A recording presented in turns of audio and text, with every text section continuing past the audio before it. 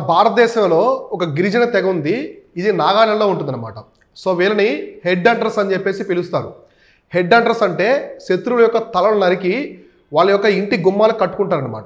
ఏ ఇంటి గుమ్మం ముందు ఎక్కువ శత్రువు యొక్క తలలు ఉంటాయో ఆ ఇంటి వాళ్ళు చాలా వీరులు అని చెప్పేసి భావించేవాళ్ళు అనమాట. అటువంటి ట్రైబు మన భారతదేశంలో ఉంది. ఆ ట్రైబ్ పేరే కోనియాంగ్ ట్రైబ్ అనమాట. కోనియాంగ్ తెగ అంటారు. వీళ్ళు నాగాలాండ్ రాష్ట్రంలో ఉండేవాళ్ళు అనమాట. ఇప్పుడు లేరులే, ఇప్పుడు వీళ్ళు హెడ్ హంటర్స్ కాదు. వీళ్ళంతా ఇప్పుడు ప్రజాస్వామ్య దేశం. ఇలా ఒకప్పట్లో వీళ్ళు హెడ్ హంటర్స్ అనమాట.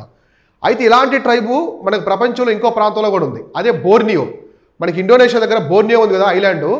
ఈ బోర్నియో ఐలాండ్లో డయాగ్స్ అనమాట. డయాగ్స్ అని ఒక తెగ ఉంటుంది. ఆ తెగ కూడా హెడ్ హంటర్స్ అనమాట. వాళ్ళు కూడా శత్రువుల యొక్క తలలు నరికి ఆ తలల్ని ఇంటి గుమ్మాలకు కట్టుకునేవాళ్ళు అనమాట. సో ఈ విధంగా ఎన్ని గుమ్మాలకి ఇంటి ఆ ఊరిలో ఎన్ని తలకాయలు ఉంటే అంతా వీరులు అనమని చెప్పి పిలిచేవాళ్ళు అనమాట. ఇలా బోర్నియోలో ఉండే డయాక్స్ తెగ మన ఇండియాలో ఉండే కోనియాంగ్ తెగకి పోలికలు ఉన్నాయన్నమాట. వీళ్ళిద్దరు మాత్రమే ఎక్కువగా హెడ్ హంటర్స్ ట్రైబ్ అని చెప్పేసి మన ప్రపంచంలో పిలుస్తారు. ఇప్పుడు ఇటువంటి హెడ్ హంటర్స్ అనేవి లేవన్నమాట. హెడ్ హంటింగ్ అనేది లేదు ఇప్పుడు. వాళ్ళంతా కూడా మన నాగరికతలో కలిసి చాలా అభివృద్ధి చెంది ఉన్నారు. సో కోనియాంగ్ ట్రైబ్ వీళ్ళంతా కూడా. అయితే మనకి నాగాలాండ్లో హార్న్బిల్ ఫెస్టివల్ అని చెప్పేసి ఒకటి చేస్తారు.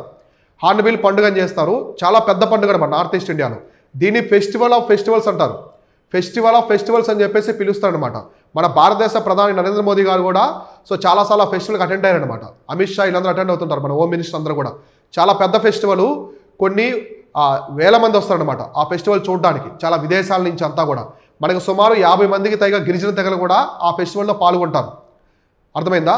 కాబట్టి వీళ్ళని హెడ్ హంటర్స్ అని చెప్పేసి పిలుస్తారు.